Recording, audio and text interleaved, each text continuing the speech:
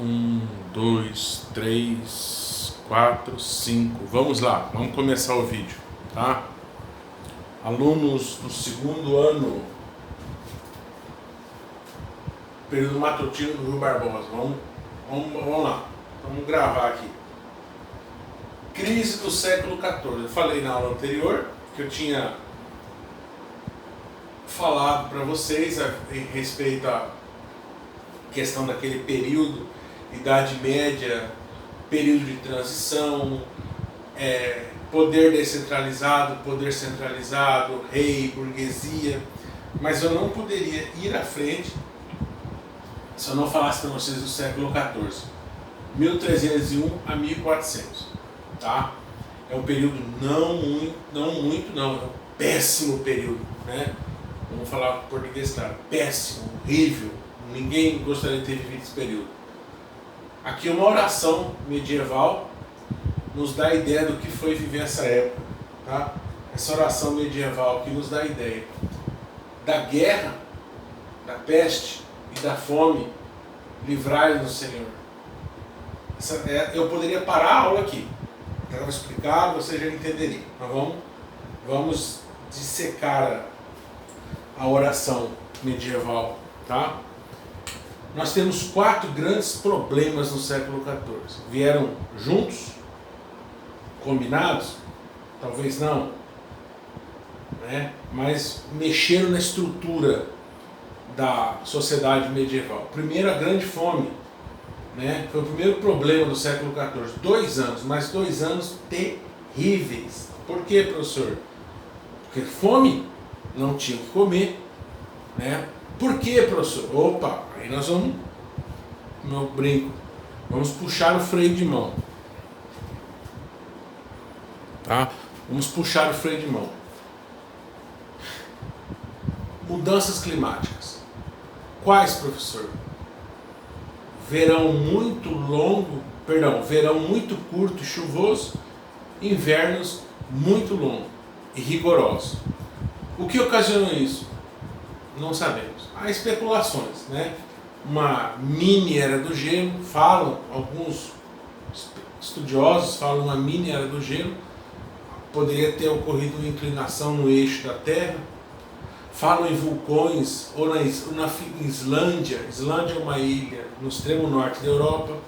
Falam em vulcões na Filipina, nas Ilhas Javas, no Oceano Índico, ou seja, falam.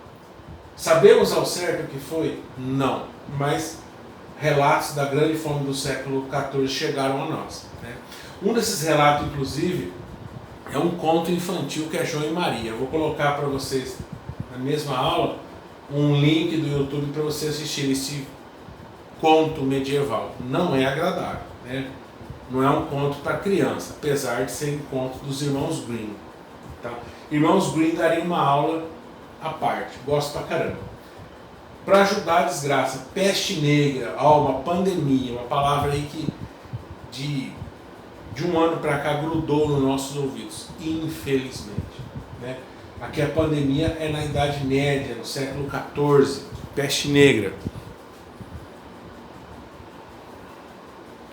Tá, o que foi a peste negra?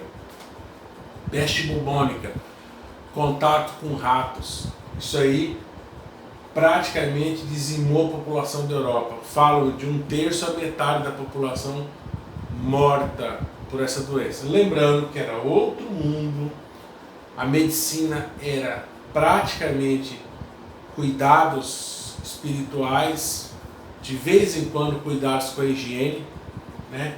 Bem diferente de hoje, que nós temos uma corrida contra o tempo, foi desenvolvido vacinas, né? Logo tomaremos e voltaremos à nossa vida. Mas aqui não tinha vacina, ou seja, pegou, morria, tá? Guerra dos 100 anos, França e Inglaterra num conflito aí, né? Dá para ver que o nome da guerra tem 100 anos, deixa eu arrumar aqui um canto para me ficar.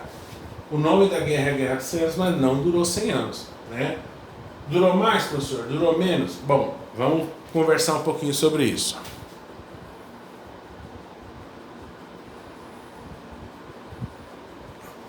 Eu particularmente acho que durou menos. Por quê? Não foram 100 anos. Ninguém começou em 1337 o conflito e já falou, ó, essa guerra vai chamar Guerra dos 100 anos. Não. O nome foi dado bem depois. A verdade é que é uma série de conflitos aí que teve intervalos de até 40 anos. Aí a guerra recomeçava, né? O que ocasionou essa guerra? O rei da França e o rei da Inglaterra tinham ideias diferentes sobre a ocupação do trono da França. O rei francês se achava no direito de ser o rei da Inglaterra também se achou no direito de ser o rei da França. Então, aí a coisa desandou, né? É um conflito interessante porque transforma essas duas nações, França e Inglaterra. Elas são nações bem medievais, ou nem nações eram quando a guerra começa.